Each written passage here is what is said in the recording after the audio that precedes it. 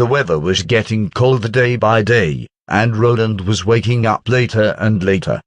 As the ruling class, he certainly had the right to sleep late. Especially with his large bed and 3 layers of velvet blankets, his whole body would fall into the soft encirclement when lying down. This made it much harder for him to get up early. After washing up, Roland stepped into his office and found Nightingale had been waiting there for a long time. "Well, here is your breakfast. I ate half when it was hot, but now it's cold," she said, with her lips protruding. She nodded her head in the direction of the remaining bread on the table, as if she was the lord of the domain. "Hasn't anyone taught you to be humble before the prince?" asked Roland, as he pushed away the plates and sat at the desk. "I remember you were very polite at first." He sighed inwardly. He had not realized that she made friends instantly, and she would always be accompanying Anna or him.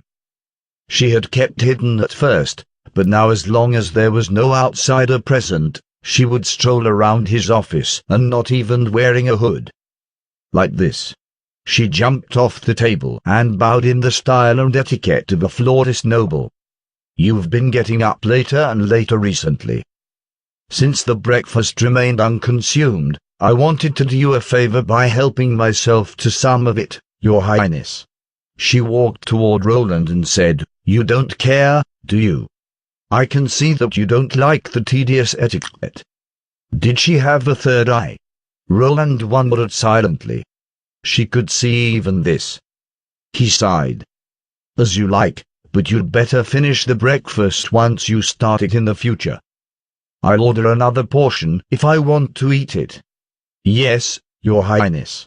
She smiled and picked up the plate, moving quickly to one side. Roland rolled out a blank parchment. He was ready to complete the design drawing, left unfinished from yesterday.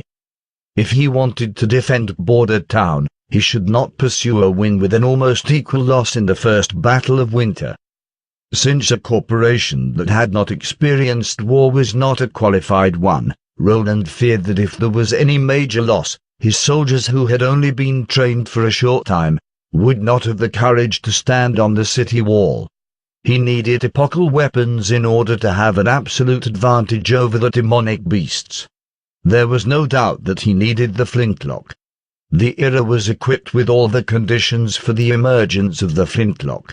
The alchemists often produced something they called snow powder for palace celebrations. It was essentially gunpowder but with the wrong formula and could burn slowly. When put into the copper tube, it mostly just made a small sound. In about 1 century, the prototype of the flintlock, the harquebus, would appear. The firearm had a complicated operation, which relied on the cooperation of 2 people doing the loading and shooting. In general, it could only be used as a single-shot weapon. As for its speed and power, it was no match for a trained archer. Roland, of course, was not interested in repeating history. It was better to make use of the Witcher's ability and create a flintlock with practical value, just like he had created the steam engine. "I had looked at the order on the table before you came." Nightingale swallowed the last piece of bread and asked casually, "What are you going to do with so many ices? It's winter now, and if you want to drink cold ale, why not directly put it outside for one night?" The noble liked to use ice during summer, namely, the ice made of saltpeter. Then they could cool their milk, wine or juice for enjoyment. Thanks to winter's blessing, the current purchasing price for saltpeter was very low. To make iced cheese, the temperature is not low enough yet. "It doesn't work well without freezing," Roland replied precariously. Although the woman in front of him was not his enemy, he did not know her as well as he knew Anna. Unlike the steam engine, there were not so many technical barriers to the flintlock. Once it became popular, it would obviously be unfavorable to his farming project. Until he learned more about her, it was better to keep some things from her. Thinking of this, he tentatively asked, "Does the Witch Cooperation Association help to train killers in addition to searching for Holy Mountain?" "No, they're only a group of poor people coming together for a dream," Nightingale waved and said, "and I joined the Witch Cooperation Association only 2 years ago." In other words, you were working for someone else? She could not have gained such perfect dagger-throwing skills without someone's guidance or years of hard work. Roland was pretty sure about it. "Other than me, is there anyone else willing to take in a witch?" "Take in?" Nightingale looked a bit strange. How could it be? If he had known that I would become a witch, he wouldn't have even let me through his door. As for later on, if I had not proved my usefulness to him, I'd have been secretly killed. "Oh. Can you elaborate?"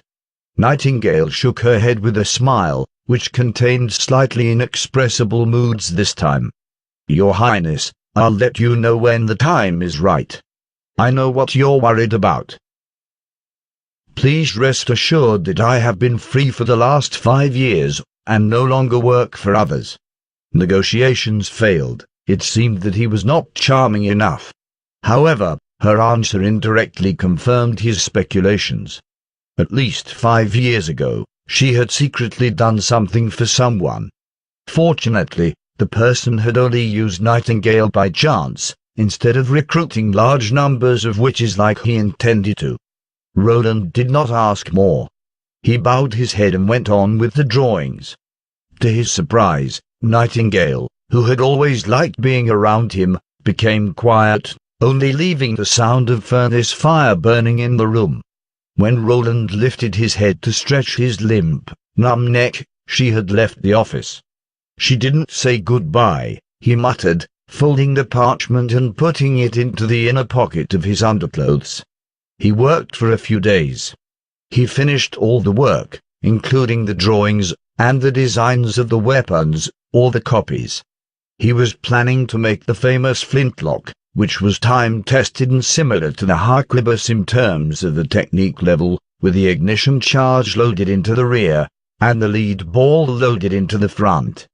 Its rate could be nearly 3 shots per minute.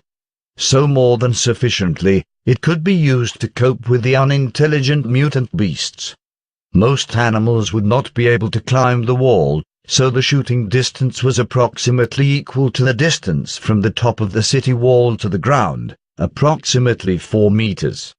Within this distance, it was hard to miss the target, and the initial speed of the bullet would hardly decrease. As long as the demonic beasts had not evolved with a skin harder than steel, they could basically be killed in 1 shot.